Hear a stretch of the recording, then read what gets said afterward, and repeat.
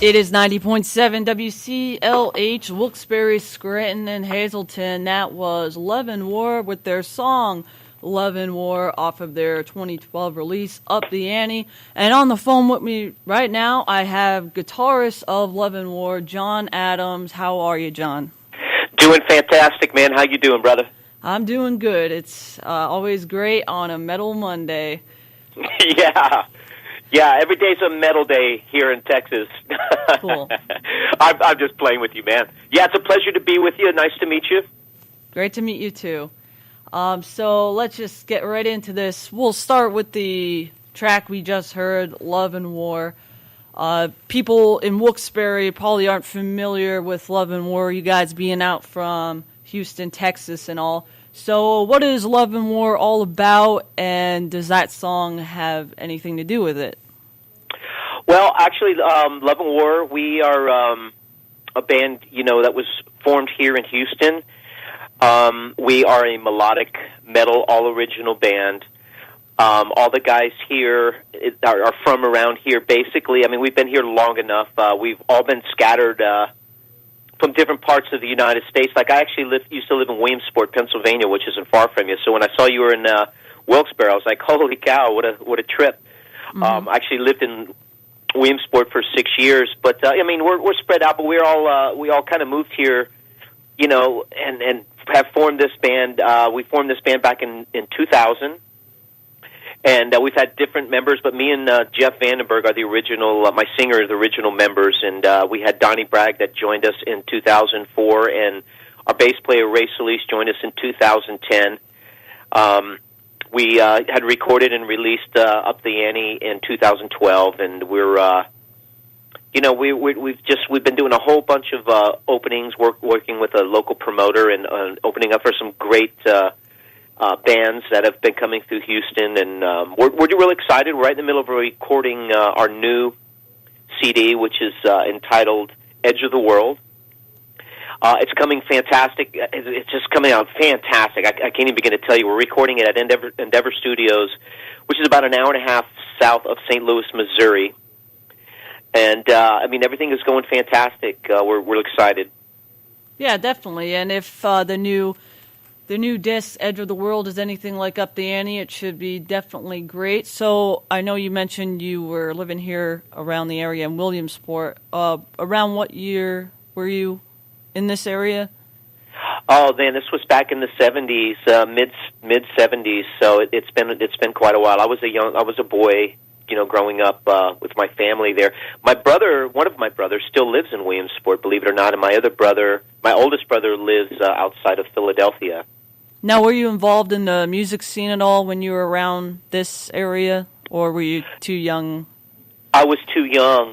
Too young. By the time I moved to Texas when I was 12, is basically I started playing guitar at 12, and I'd moved to Houston from Richmond, Virginia, actually. And I had heard, my brother turned me on to the Forsyth record by UFO. And when I heard Michael Schenker play, I was like, man, I gotta play guitar. So at 12 years old, I picked up the guitar and, never looked back. It's been, been my right-hand man, and, of course, I'm a huge Michael Schenker fan. I actually have a UFO tribute band called Lights Out, and we've been together for probably 16 years. We play all around, regionally here around, the Texas area and Dallas and San Antonio and everywhere. So, big UFO fan here. Very cool. So once again, for anyone tuning in, I am on the phone right now with John Adams, guitarist of Love and War out of Houston, Texas. Now, John, something I thought was cool about your press release that I received before the interview was that your goal was to deliver to fans melodic hard rock. And this is Metal Mondays here at WCLH, but before I joined the station about 3 years ago, there wasn't much melodic hard rock and metal within the station. So I know when people think of Metal Mondays, I don't think they typically think of this genre or style. They think of like screaming in your face metal. So I want to get your opinion, being actually involved in the scene and still producing my favorite genre of music, which is the melodic hard rock. It seems as if when people are discovering new bands, they're more likely to go to the extreme metals, and then maybe melodic hard rock is reserved for a specific generation, whatever that may be. Maybe they're in their 40s and 50s right now. So how do you feel, how easy is it for you in Love and War to gain new fans, given what I just said? Well, metal is such a broad base. You can go to extreme metal and get your screaming, tuned down, drop B, really kind of Cookie Monster stuff, or you could back it up. I consider us metal, but we're more of a melodic. Melodic hard rock it's just terminology. I mean, it all depends on the fan base or the listener, really. What you term as metal. I still see us as metal, but I see us more of a melodic type metal. For us, I mean, we play a lot of what we play in our fan base is a metal crowd, especially live, because a lot of our music comes off a lot harder when we play live because of the energy and just the way we present it. But I mean, I think music overall, whether you term it metal, hard rock, whatever, I think it's all about the energy in the music. And if you're a diehard metal, real screaming type metal guy, or you're a fan of, like, say, Queensryche or somebody, I think you can draw all of those people into your music. It's really about how you throw it out there and how you play it. And I mean, I think music in particular, whether you call it metal or hard rock, is just up to the listener and how you and basically how you put it out there. Yeah. And though you guys, Love and War, have been around since 2000 and you've been in the scene since 82, I just generally think that this type of music is not so as accepted and embraced by a younger audience. And it makes me think of a band like Steel Panther. I mean, they are melodic hard rock, but I think they appeal to a younger demographic because of their subject matter. So that's just kind of where I was thinking with that, and how I see what you mean. Yeah. For us, again, yeah, you're right. I mean, my generation of rock and rollers did come from a lot more of a melodic fan. We're more of a melodic fan base because we grew up, in the late 70s, when I was in school and stuff, we had, fantastic bands coming out, and we'd already had Led Zeppelin and Queen and, Deep Purple and Montrose and, UFO and Scorpions and, boom, then all of a sudden you had this big, influx of bands like your LA bands. You had Van Halen and all the other bands that started popping out, great guitar players like Randy Rhoads and George Lynch, and that right there was really, for me, the birth of good melodic type metal, hard rock. And of course, my generation of people, whether you're a musician or just a listener, fan, grew up with all of that. And I can see what you mean. A lot of the younger people are actually into the heavier screaming type stuff. And I think that it's easy for that generation to easily come over and enjoy that type of melodic music. And I see a lot of it, like on YouTube. I see a lot of up and coming bands and a lot of younger people that are just reaching out to those great guitar players, man. I mean, I think there was that big lapse of where there was a lot of, especially like the grunge music and even some of the other great bands that had come out that didn't have the great guitar solos, and I think that's starting to come back, man. I'm seeing a lot of interest in all the great guitar players that we grew up with, and I think I pull up stuff when now you see these 12-year-olds and these 13-year-olds are just shredding, man, and I think it's coming back. Yeah, and I hope it does come back, and I know there are a couple bands who do have that sound, even though they're newer bands. Ones that come to mind are a Station or a Santa Cruz, but they still kind of have more of a modern element to them. And though you guys have been around since 2000, Love and War, for it to be like I just found out about you guys, so you guys just seem to fit in with that, you know, because you're just newer for me to hear anyway.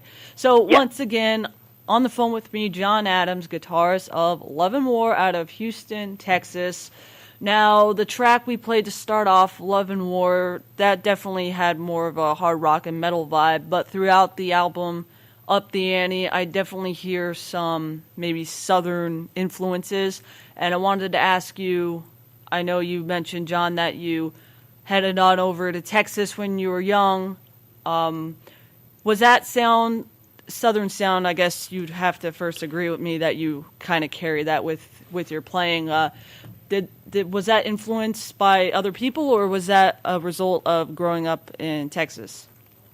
Well, it actually kind of started when I lived in Richmond, Virginia, and I became a big fan of Leonard Skinner. Is when that really kind of the southern appeal happened for me, and of course, and then it carried on when we came here, and I started hearing bands, all the other great southern rock bands that have come up, and including ZZ Top, which is to me has a very Texas type, even though it has some southern feel as well and very bluesy. But it had I kind of got attracted to that, and mainly because of just the cool guitar work that a lot of the older southern bands have had, and it carried on. And I'm actually in another band right now that is a southern rock. It's called Trey Gadler and Dead Man Stand. And Trey Gadler's a singer for Azrael's Bane. And me and the bass player for Azrael's Bane, we have this band, and we love that kind of southern rock feel. And so, it's really cool that you noticed it, because a lot of times when I've had interviews or talked with people, they never brought it up. So, cheers to you, man, for noticing it. Yeah, no problem. Just listening to Up the Ante, I kind of related it to Dangerous Toys, of course, them being from Texas, too. And even a song in there kind of reminded me of a Lynch Mob song, just because George Lynch has been getting bluesier too. He's always going into different kind of styles. So definitely great stuff. And I know you mentioned and you touched on already some of your influences, one being Michael Schenker. So would you say, obviously, Love and War definitely focuses on guitar work, and it's very relevant in Up the Ante, and I hope Edge of the World, the one you're working on right now, kind of has that same feel, which I'm sure it does, as you mentioned. Oh man, times 10. Wait till you hear the new record, dude. If you like Up the Ante, you're going to really like this, because this new one it's heavier, but it is still carries that melodic rock sound. There's some great. I'm really proud of it, because for me, a lot of my guitar solos on Up the Ante were just right off the cuff, boom. I just kind of went with what I felt. This one, I spent a little bit more time, and I've wrote some really cool solos. I spent a little bit more time on this record, and I think it's came up with some great stuff, man. So I'm really stoked about it, and I'm sure everybody who likes Up the Ante will be as well when it's released, which should be, sometime. I'm thinking probably by February, March of 2018. I still got a little bit more work to do. We have a few more vocal tracks to do, but overall, it's almost done, and we're really excited about it. Cool. I'm definitely excited as well to hear that. And in case anyone listening right now is excited to hear that, where can they find any information about Love and War specifically on this upcoming release, Edge of the World? Well, the best place to go right now is just Facebook. Just find Love and War. Just make sure you put like Love and War Houston or Texas, and because there's another Love and War. It's a duo out of New York, and I noticed that, and they came up here in the last couple of years, and some people have mistaken that for us. After doing a little research, they figured it out. But find us there. Shoot us. Anybody listening who wants to know, shoot us a message. I'll respond. If you're interested in the CD, I can arrange to send one to you. We have merchandise as well. We're always posting what the heck is going on with us, and updating on the CD as we progress. So that's pretty much the best way. We're also too, if you want to listen to the whole record, go to ReverbNation.com and find Love and War on Reverb Nation. You can hear the CD, and also there's stuff that we post on there as well. Cool. Thanks, John. And we'll be sure to be spinning Edge of the World here on 90.7 WCLH Wilkes University Radio. But for now, I have the tracks from Up the Ante you guys did in 2012. And I'm have to play next one of my favorites off that record, 6 Feet. So before we get into that, can you tell us anything about this song?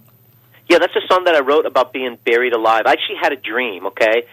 And this is very typical for me because there's been a handful of songs that I've written pretty much in a dream. It's really weird.